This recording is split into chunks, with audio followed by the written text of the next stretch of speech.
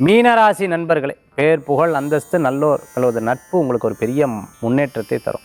காலையிலேருந்து மத்தியானம் வரைக்கும் 3 மணி 53 நிமிஷம் வரைக்கும் எல்லா விஷயங்களும் உங்களுக்கு சக்ஸஸாக. மத்தியானத்திற்கு மேலே பார்த்தீங்கன்னா கொஞ்சம் சில தடுமாற்றங்களும் சில விரயங்களும் இருக்குது. வாங்கின பொருளே திரும்பி வாங்குறது, அதே சமயத்தில் ஆன்லைனில் திருப்பி திருப்பி போடுறது, நீங்கள் எதிர்பார்த்த பொருள் வேறு பொருளாக வர்றது. என்னடா இது தெரியாமல் இவாளுக்கு பணத்தை போட்டேன்னு ஜிபேல, பேடிஎம்மில் இவாளுக்கு போட்டுவிட்டேன், இதில் இது போட்டேன்னு அது போட்டேனேங்க ஒரு கவலைகள் இருக்கும். கல்யாண விஷயங்கள் எல்லாத்துக்கும் எடுத்து சொல்கிறதுக்கு முன்னாடி நல்ல நாளாக இல்லையா, அதை பேசலாமா வேண்டாமான்னு யோசித்து பேசிக்கிறது நல்லது. யார்ட்டையும் எடுத்து அதை க்ளீனாக சொல்லணும். எனக்கு ஜெர்மனில் ஒருத்தர் தெரிஞ்சவர், அவர் சொன்னார், .1 .2 .3 .4 இப்படி சில பேருக்கு பேசணுமா. டேரக்ட் .1 to .4 சில பேருக்கு பேசலாமா. டேரெக்டாக .4க்கே பேசலாம், ஏன்னா அவள் எல்லாத்தையும் புரிஞ்சுப்பா. ஸோ உங்கள் கூட இருக்கக்கூடிய நபர்கள் எப்படி பாயிண்ட்டாக சொன்னால் தான் புரியுமா, இல்லை .1 and 4 சொன்னால் புரியுமா, இல்லை டேரெக்டாக 4 சொன்னால் புரியுமா. அது தகுந்தாப்பில் இருந்தால் தான் போராட வேண்டாம். இல்லைன்னா ஒவ்வொரு விஷயத்துலையும் போராடின்னு இருக்கணும்.